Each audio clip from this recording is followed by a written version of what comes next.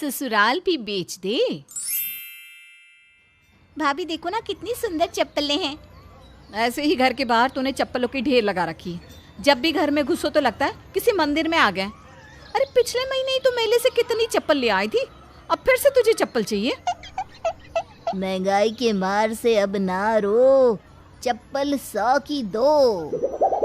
अरे किसका गिरा 50 में 2 गंजी, 50 में 2 गंजी। अरे वाह भाभी, यहाँ तो लूट मची है। तू भी क्या रमा, ये चप्पल एक दिन भी नहीं चलेगी। चोरी का माल बेच रहे हैं सब, देखकर नहीं लग रहा है कि किसी के उतरे हुए चप्पल है। ऐसी कोई बात नहीं है भाभी, मैं तो लेने जा रही हूँ। रमा इतने सारे चप्पलों को देखकर कंफ्यूज हो जाती है। इतनी सस्ती सैंडल, ओ गॉड क्या क्या लूँ? 4-5 सेट ले लेती हूँ। एक जूता टूटा तो दूसरा पहन लूंगी, दूसरा टूटा तो तीसरा, हर रोज एक नया स्टाइल, मजा आ जाएगा। प्रिया के लिए भी कुछ ले लेती हूँ, कितने दिन से मैंने उसे कुछ नहीं दिया। और एक भाभी के लिए, एक मम्मी जी के लिए मम्मी को भी एक दे दूंगी। रमा रेणुका को बार बार मना करती रही, पर वो तो एक साथ 10 जोड़ी जूते चप्पल ले लेती है और उन्हें लेकर अपने ससुराल चली जाती है। अरे फिर क्या ले आए बहू तू? पहले देखिए तो मम्मी जी और बताइए, गैस कीजिए ये सैंडल कितनी की होगी?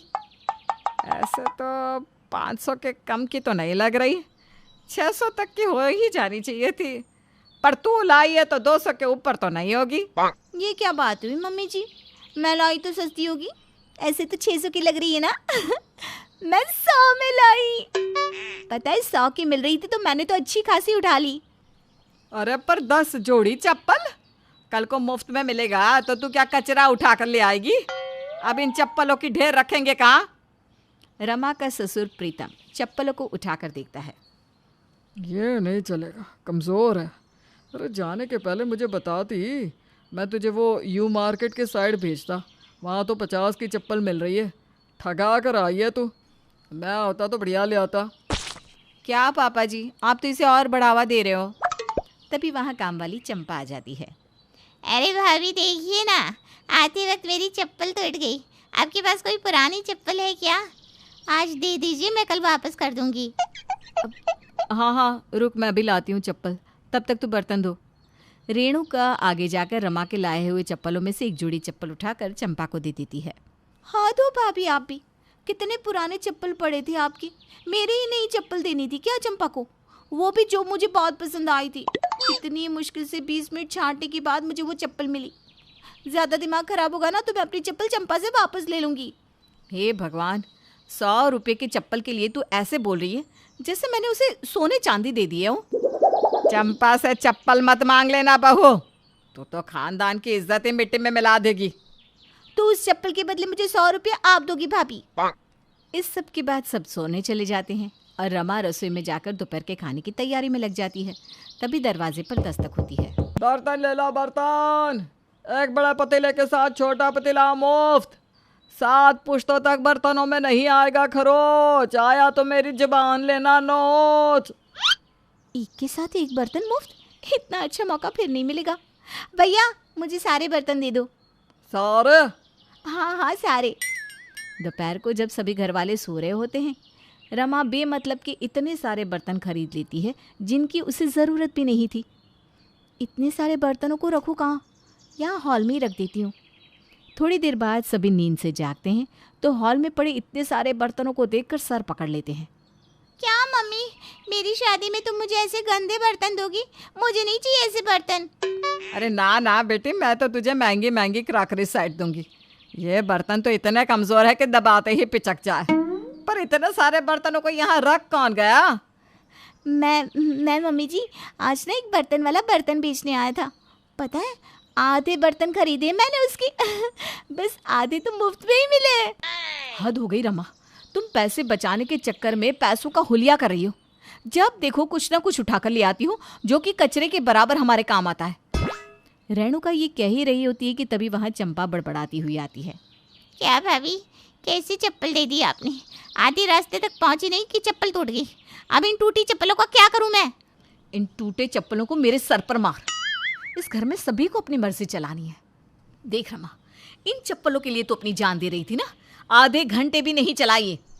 यहाँ तो इंसान का भी भरोसा नहीं है भाभी। और आप है कि इत्तेफाक से चप्पल टूट गई तो उसका इल्ज़ाम भी मेरे सर लगा रही हैं। और किसी को बर्तन भारी लग रहे हैं तो मैं इन्हें छज्जे पर चढ़ा देती हूँ। सारे काम करने के बाद रमा बालकनी में जाकर मौसम का मज़ा ले रही होती है। तभी उसकी फ्रेंड सरला का कॉल आता है। दिन भर क्या घर में ही घुसी रहेगी तू, जहाँ मार्केट में इतनी बड़ी सेल लगी है। पूछ मत यार, पर दिक्कत यह है कि एक जैसी 5 साड़ियाँ लेनी होगी और पैसे सिर्फ 2 साड़ी के देने होंगे। क्या 2 साड़ी के दाम में 5 साड़ियाँ? तू तैयार होकर मेरे घर के नीचे आ जा, मैं 5 मिनट में उतर रही हूँ, अभी चलते हैं। अपनी शॉपिंग के क्रेज़ में और फ्री आइटम के आगे औरतें अक्सर अपना होशो हवास खो बैठती है।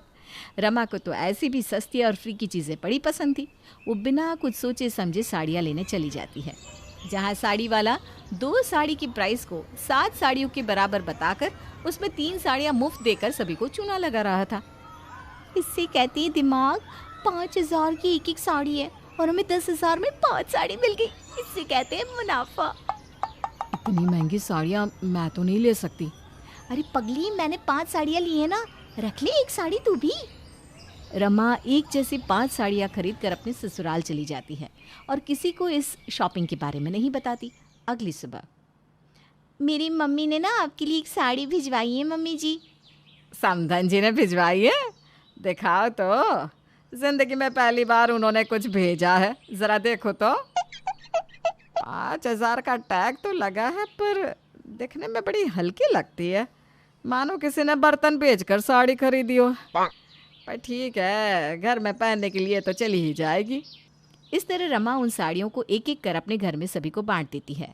अगली सुबह इत्तेफाक से रेणुका, रमा, प्रियतमा, प्रिया और सरला 5 वही साड़ी पहन लेती है। तभी बर्तन धोने चंपा भी वही साड़ी पहन कर आ जाती है जो बाकी सबने पहन रखी थी। ए राम भाभी, आपने भी यही साड़ी पहनी है जो हमने पहनी है? मुझे तो लगा था आप लोग बड़े बड़े दुकान में जाते होंगे। ये साड़ी तुझे कहाँ से मिली? हाँ रमा, भाभी तो कह रही थी कि ये 5,000 की साड़ी है जो उनकी मम्मी ने दी है। अभी इस साड़ी को पहनकर मैं अपनी कॉलेज पार्टी में चली जाती तो क्या होता? अरे मैं खुद इसे पहनकर किटी में जा रही थी। ये तो ना मेरा पति लेकर आया, कल रात को बाजार गया था। एक साड़ी पर 4 साड़ियाँ मुफ्त, वो भी 100 रुपये में। एक तो पहनती ही फट गई, पर अब 100 रुपये में आदमी देगा भी क्या? सारी साड़ी एक सी थी तो मैंने दूसरी पहन ली। क्या? मैं तो ये साड़ियाँ 10,000 में लेकर आई। अरे भाभी, सस्ती चीज़ें देख कर ना उन पर यूँ कूद नहीं जाना चाहिए। वो तो लोगों को मूर्ख बनाने ही बैठे हैं। मेरा पति थोड़ी और देर से जाता तो वो लोग और सस्ते में देती थी। इन कपड़ों में कोई जान थोड़ी ना रहता है। आपको तो अच्छा चूना लग गया। अब भर गया तेरा पेट? अब तो शॉपिंग करके आती है, वो भी हमसे छुपकर। ये ले बहू, मेरे कंगन, इन्हें भी बेचकर शॉपिंग करा जा। अब मुझे शॉपिंग नहीं करनी मम्मी जी, कभी नहीं।